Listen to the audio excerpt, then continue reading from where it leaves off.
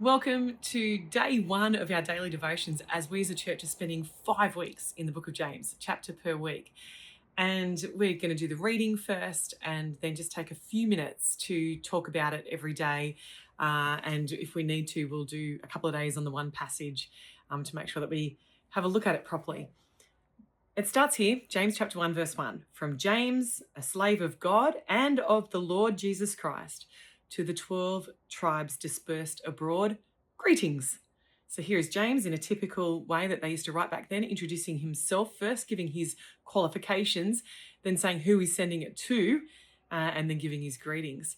So James, it says there, is a slave of God and the Lord Jesus Christ. What he doesn't say is James, head of the church in Jerusalem, but we know from other scriptures that James actually did have one of the leading voices in the church. He doesn't say brother of Jesus. He doesn't list that as his qualification. He says, first and foremost, I'm a slave of God and of the Lord Jesus Christ. Now, if you've got no other evidence of Jesus Christ being the Son of God, then that right there should be it. Because what would your half brother have to do to convince you to call yourself his slave, where that would be your qualifier? James gives this as his qualification. He says that he is the bondservant, the slave. And the way that this was used in those times was that someone would willingly transfer the ownership of their life to another in order for them to, work off a debt or to not be put into debtor's prison or something like that.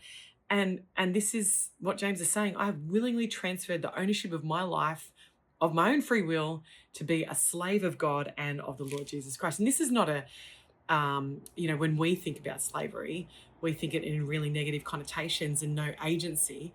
But Jews, they thought about it as a real privilege. Isaiah 43:10 was, you are my servant who I have chosen. That was Israel, that you may know and believe in me. In Joshua 14:7, Caleb is talked about in terms of being Moses, the Lord's, Yahweh's servant.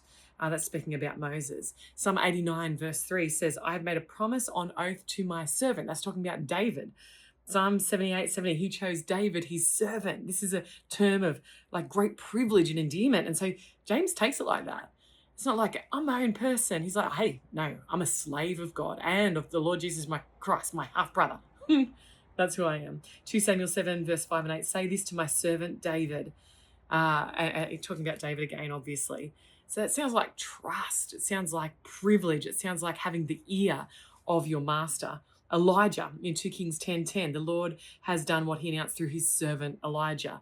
Okay, that's 3 minutes. We're up.